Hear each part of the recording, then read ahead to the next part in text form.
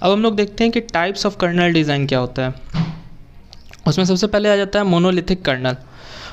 इसकी जो डेफिनेशन है, all the basic system services like process and memory management, interrupt handling etc. were packaged into a single module in the memory address space allocated for the kernel।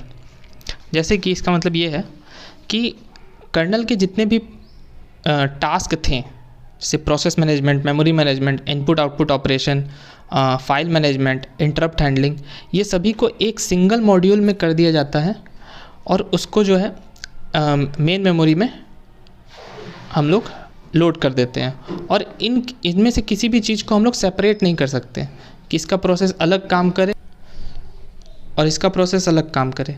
तो मतलब ये सारे एक module में रहते हैं और हमेशा एक साथ रहते हैं और हमेशा ये मेमोरी में एक साथ ही लोड होते हैं, जिससे कि कर्नल स्पेस काफ़ी ज़्यादा ले लेता है और यूज़र स्पेस के लिए जगह नहीं बचती है मेन मेमोरी में उतनी ज़्यादा। कम यूज़र को कम स्पेस मिलता है, कर्नल ज़्यादा स्पेस ले लेता है।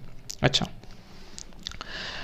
because of this it takes up a lot of space in main memory, so for the user area memory space will decrease because kernel is very big। इसके disadvantages क्या हैं? ये बहुत ज़्यादा टाइम लेता है लोड लेने के लिए, मेंटेनेबिलिटी बहुत बेकार है इसकी, और अगर कोई भी दिक्कत आती है, कोई भी बग अगर हम लोग को फिक्स करना है तो हम लोग नहीं कर पाएंगे, बहुत दिक्कत होगी, जो कि हमें फिर सारा वापस से रिकम्पाइल करना होगा चीज़ों को, और कोई भी न्यू फीचर्स हम लोग आसानी से ऐड नहीं कर सकते, जो कि ये एक सिंगल मॉड्यूल में है।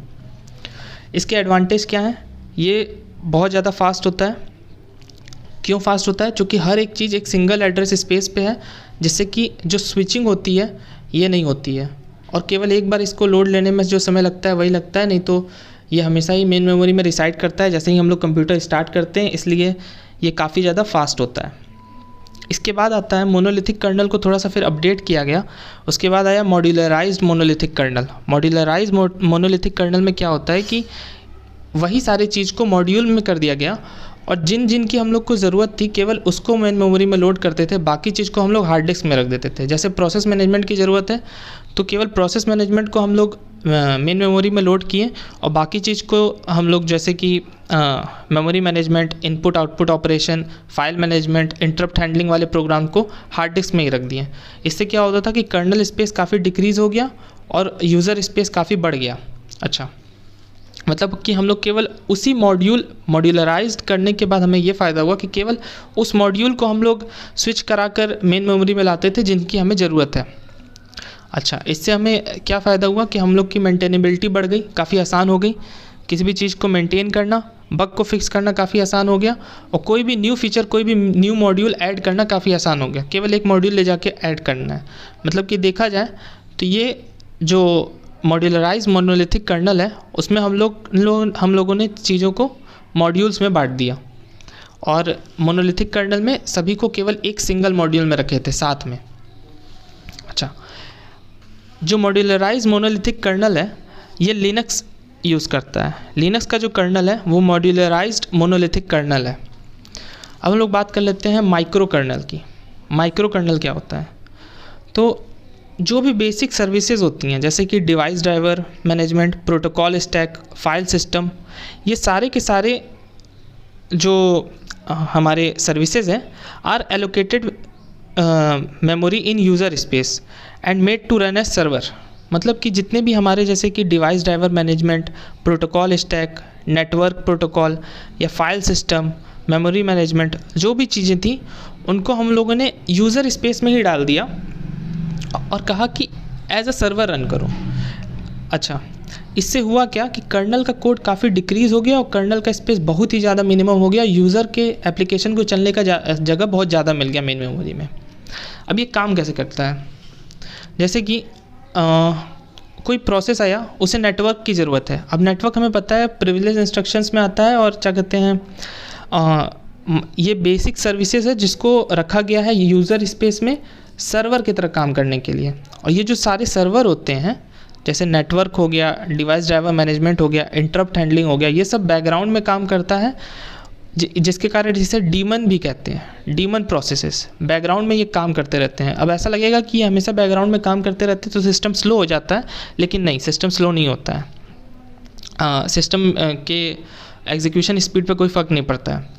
अच्छा, अब जैसे कोई प्रोसेस आया, उसने नेटवर्क प्रोटोकॉल पे कोई क्वेरी फायर की। अब ये TCP IP सूट कुछ चलाएगा अपना, जो भी इसका काम हो। अब ये TCP IP सूट जो चलाएगा वो जैसे कि सर्वर क्लाइंट के बीच में रिलेशन होता है वैसे ही होगा कि इसने इससे रिक्वेस्ट किया और ये जो है इसके रिक्वेस्ट को प्रोसेस करके इसको रिज़ल्ट देगा। अच्छा, लेकिन ये हैं दोनों यूज़र स्पेस में ही, लेकिन एक प्रोसेस सर्वर की तरह काम कर रहा है और दूसरा प्रोसेस क्लाइंट की तरह काम कर रहा है। अच्छा, तो अब ये जो प्रोसेस है ये इस सर्वर से कैसे कम्युनिकेट करता है? इंटर प्रोसेस कम्युनिकेशन के थ्रू ये जो प्रोसेस है इससे कम्युनिकेट करता है। अच्छा, तो मतलब जितने भी हमारे बेसिक सर्विसेज थे उनको मेन मेमोरी में हम लोग रख दिए, जो कि एज अ सर्वर बैकग्राउंड में काम करते रहते हैं, और क्योंकि वो हमेशा बैकग्राउंड में चलते रहते हैं इसलिए उनको डीमन प्रोसेस भी कहते हैं। और सर्वर और क्लाइंट वाला रिलेशनशिप होता है नॉर्मल प्रोसेस और ये स्पेशल सर्विसेज के बीच में। अच्छा, एक और डायग्राम से समझते हैं कि जैसे ये हमारा मैनेजिंग मेमोरी प्रोटेक्शन है, प्रोसेस शेड्यूलिंग है, इंटर प्रोसेस कम्युनिकेशन है, ये सारे हमारे जो बेसिक सर्विसेज हैं। ये ट्रायंगल ये डिनोट कर रहा है कि जैसे जैसे हम लोग को ज़रूरत पड़ती जाएगी वैसे वैसे हम लोग उतनी चीज़ों को अपने मेन मेमोरी या फिर कर्नल स्पेस में लाते जाएंगे, और जैसे जैसे ज़रूरत नहीं पड़ेगी वैसे वैसे उन चीज़ों को हम लोग बाहर रखेंगे, यूज़र स्पेस में रखेंगे या फिर एज अ सर्वर ही उसको रन करेंगे। तो ये तो बात हो गई माइक्रो कर्नल्स की। और माइक्रो कर्नल्स यूज़ कौन करता है? विंडोज़ जो होता है, विंडोज़ ऑपरेटिंग सिस्टम, वो माइक्रो कर्नल यूज़ करता है। तो हम लोग ने पढ़ा मोनोलिथिक कर्नल क्या होता है, एक सिंगल मॉड्यूल। उसके बाद मॉड्यूलराइज मोनोलिथिक कर्नल क्या होता है, जिसमें चीज़ों को मॉड्यूल्स में बांट दिया गया। माइक्रो कर्नल क्या होता है, बहुत ही छोटा कर दिया गया कर्नल का साइज, जो कि मेन मेमोरी में रिसाइड करेगा और बाकी चीज़ों को एज अ सर्वर रन करने के लिए यूज़र स्पेस में भेज दिया गया, जो कि सर्वर क्लाइंट के रिलेशनशिप के तरह काम करेंगे, और जिससे कि प्रोसेस उनसे इंटर प्रोसेस कम्युनिकेशन के थ्रू कम्युनिकेट कर सकता है, और वो हमेशा बैकग्राउंड में डीमन प्रोसेस की तरह चलते रहते हैं जैसे ही हमारा सिस्टम स्टार्ट होता है। अब ये तो बात हो गई टाइप्स ऑफ कर्नल डिज़ाइन की। Thank you.